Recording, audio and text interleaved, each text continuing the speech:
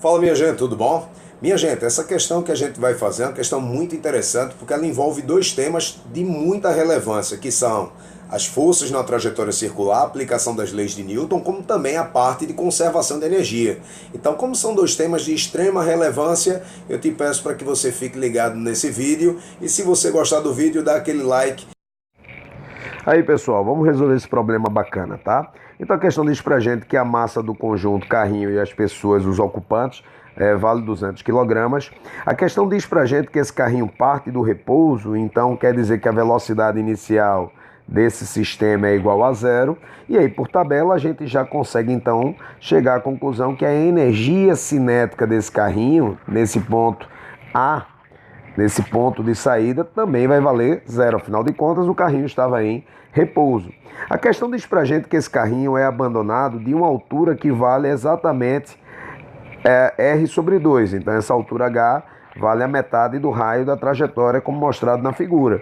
Também nos informa que a aceleração da gravidade vale 10. E aí são feitas duas perguntas. A primeira pergunta é sobre o diagrama de forças que vão atuar no carrinho nesse ponto mais baixo da trajetória. Então vamos aí avaliar o diagrama de forças, avaliar todas as forças que atuam no carrinho nesse ponto mais baixo, ok? Então, pessoal, vamos colocar aí o nosso carrinho para a gente entender que esse carrinho estava inicialmente nesse ponto, mas esse carrinho ele foi descendo aí nessa trajetória até chegar nessa parte mais baixa, que é exatamente o que a questão quer saber sobre esse ponto mais baixo da trajetória, qual é o diagrama de forças que atuam no carrinho, ok? Então aí vamos colocar o diagrama de forças composto pela força peso e pela força de contato com a superfície, que é a força normal. Então, gente, já encerramos a letra A. Observe que na letra A nós temos apenas a força normal e a força peso atuando no carrinho. A força normal, que é exatamente a força de contato com a superfície, e a força peso, que é a força da atração gravitacional que a Terra faz no carrinho. Então essa é a resposta da letra A.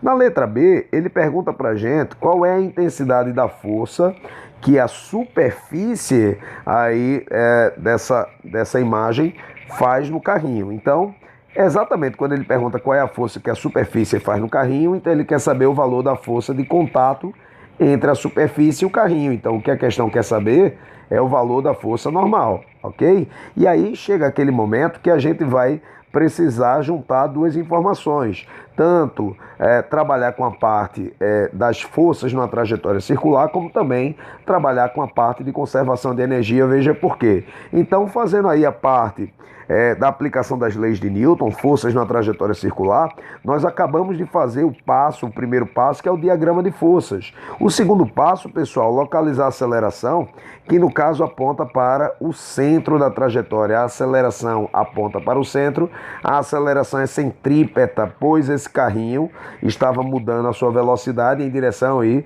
sentido. E aí, como a gente observa na figura que a normal aponta para o centro da trajetória e a força-peso aponta para fora do centro da trajetória, então nós temos aí como resultante, nesse caso, que a normal menos o peso vai ser igual a massa vezes a aceleração, só que não qualquer aceleração, e sim a aceleração centrípeta. Por conta disso, nós temos que a normal menos o peso vai ser igual a m, e a aceleração centrípeta ela pode ser calculada como sendo v ao quadrado sobre o raio da trajetória. Ok, gente? Então, observem que a gente já tem algumas informações que a gente já pode substituir, do tipo normal menos o peso, que é a massa vezes a aceleração da gravidade, vai ser igual a massa vezes a velocidade ao quadrado sobre o raio da trajetória. Como a massa do carrinho e dos ocupantes juntando vai ser igual a 200, então vamos ficar 200 vezes a gravidade, que é 10, é igual a 200 que multiplica v ao quadrado sobre o raio. Então observem que nós temos agora um problema. Nós para calcularmos o valor, a intensidade da força do contato entre o carrinho e a superfície, nós vamos precisar determinar quanto é o valor da velocidade desse carrinho nesse ponto mais baixo da trajetória, assim como também o raio da trajetória. Aliás, será que eu vou precisar realmente determinar o valor dessas duas informações? Ou então, será que de alguma forma vai aparecer uma forma para que eu possa simplificar essas informações da questão? Então agora, como é que a gente vai fazer para determinar uma relação que envolva o raio e a velocidade para que a gente possa simplificar? Vamos fazer agora a análise energética do problema. Vamos fazer a conservação da energia mecânica. Pessoal, continuando o problema, nós vamos primeiramente definir um ponto para a partir dele começar a medir alturas, um referencial, que nesse caso eu vou adotar como referencial sendo o solo. Então, a partir do solo, nós vamos determinar que esse ponto é o ponto de altura 0, ok? Então, todas as distâncias serão medidas a partir desse ponto aí, que é o solo.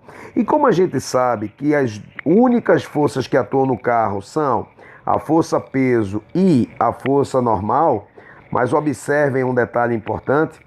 Observem que como o carrinho ele vai se deslocar nessa direção, que é perpendicular à força normal, então isso quer dizer, pessoal, que a força normal não realiza trabalho.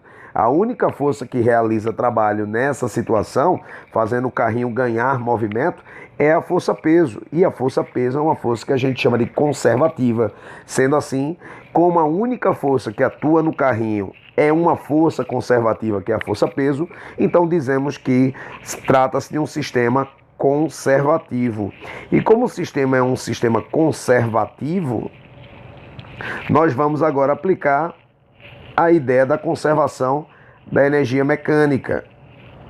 E a conservação da energia mecânica nos garante que a energia mecânica no ponto A é igual à energia mecânica no ponto B. Como sabemos que a energia mecânica é a soma da energia cinética no ponto A mais a energia potencial gravitacional no ponto A mais a energia potencial elástica no ponto A, então isso tem que ser igual à energia cinética do ponto B mais a energia potencial gravitacional do ponto B mais a energia potencial elástica no ponto B, ok, gente? E aí com isso a gente agora pode eliminar algumas informações. Para começar, a gente observa que tanto no ponto A quanto no ponto B não temos nenhum sistema elástico, nenhuma mola ou coisa do tipo deformado, nada deformado nos pontos A e B. Por conta disso, a energia potencial elástica é nula nesses dois pontos. Como a gente já sabia desde o início da questão, como o carrinho partia do repouso, então a energia cinética do carrinho nesse ponto inicial, que é o ponto A, também era nula, ok?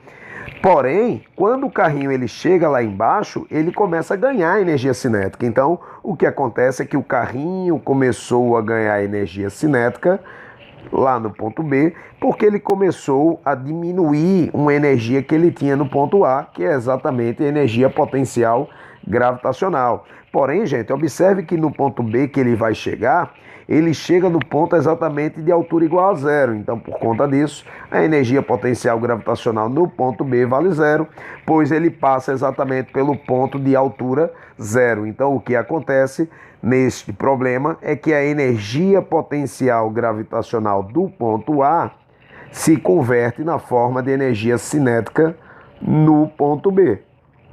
E aí, abrindo essas duas expressões, nós vamos ficar aqui M vezes G vezes H do ponto A vai ser igual a M vezes a velocidade do carrinho no ponto B ao quadrado sobre 2.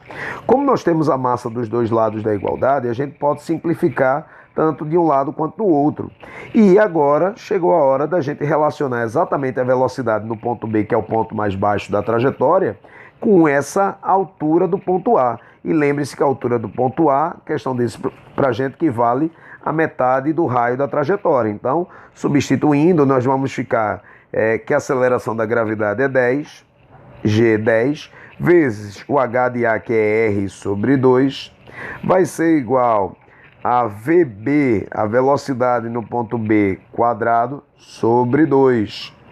E, gente, como aparece 2 tanto de um lado no denominador quanto do outro, então a gente acaba concluindo que a velocidade no ponto mais baixo da trajetória, que é o ponto B, ao quadrado, é igual a 10R.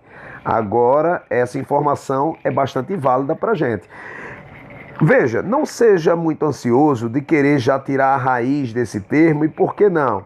Porque agora eu vou lembrar para vocês que a gente, quando foi chegando no primeiro passo, a gente terminou o primeiro passo determinando que a normal menos 200 vezes a aceleração da gravidade, que era 10, era igual a 200 vezes a velocidade no ponto B, né, que é o ponto mais baixo da trajetória ao quadrado, sobre o raio. Então, gente, olha, por que eu não vou precisar tirar a raiz quadrada desse termo que está aqui? Porque observe que exatamente na expressão que a gente havia encontrado, o que temos aqui é um termo quadrático. Então, o que a gente pode fazer já é direto substituir esse termo quadrático por 10R. E aí, obviamente, que a conta ela vai ficar bem tranquila para a gente poder resolver. Então, vai ficar que a normal menos 200 vezes 10, que dá 2.000, é igual a 200, que multiplica 10R, que é exatamente o valor de V quadrado, tudo isso dividido pelo raio. E aí, como aparece o raio no numerador e no denominador, a gente pode simplificar. Então, vamos ficar aqui N menos 2.000 é igual a 2.000. E, finalmente, N vai ser igual a 4.000 newtons. Essa é a resposta da questão. Um problema bastante interessante, porque envolveu dois assuntos bem importantes, que são forças na trajetória circular e conservação da energia mecânica, ok? Espero que você tenha gostado da resolução dessa questão. Um beijo muito forte no cérebro de vocês e até a próxima.